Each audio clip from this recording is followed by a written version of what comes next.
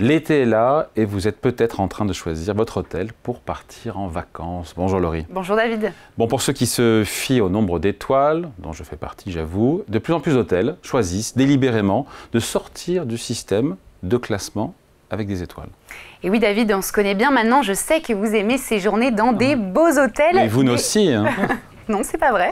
Mais est-ce que vous choisissez systématiquement votre hôtel en fonction du nombre d'étoiles? Car sachez qu'aujourd'hui, ne pas afficher d'étoiles ne veut pas dire bas de gamme. Et oui, contrairement à ce qu'on pense souvent, eh bien, les étoiles ne sont pas obligatoires et de plus en plus d'hôtels choisissent volontairement de s'en passer. D'ailleurs, un quart des hôtels français, soit plus de 4000 établissements, ont tourné le dos à ce système de classement. Ouais, 25% des hôtels qui abandonnent, enfin qui refusent d'avoir une étoile ou pas. Ça dit quelque chose. Pourquoi ce rejet comme ça du système étoilé? Qu'est-ce qui cloche? Eh bien parce que derrière chaque étoile se cache souvent un vrai parcours du combattant, des démarches longues, rigides et coûteuses et parfois complètement à contre-courant de l'esprit du lieu. Obtenir des étoiles, ça implique de lourds investissements, des travaux pour se mettre aux normes, un achat d'équipements spécifiques et ce n'est pas fini, il faut repasser par là tous les 5 ans pour renouveler la classification. Et résultat, eh bien, ces coûts finissent souvent par se retrouver dans les prix de la nuitée. Ouais, mais c'est quoi ces contraintes dont vous parlez, là, ces obligations liées à l'obtention de ces étoiles? Il faudra des exemples concrets de critères à respecter en fonction du nombre d'étoiles? Eh bien, les étoiles, ça se paie cher et surtout, ça se mérite. Tenez-vous bien, jusqu'à 243 critères à respecter selon le nombre d'étoiles visées, bien sûr. C'est Atout France, l'agence de développement touristique, qui attribue donc ces fameuses étoiles.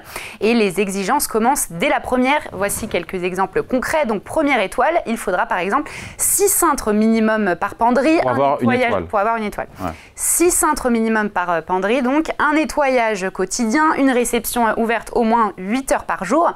Pour 2 étoiles, un panneau ne pas déranger, obligatoire, une chambre d'au moins 9 mètres carrés avec une salle de bain privative et allons directement à la 5e étoile.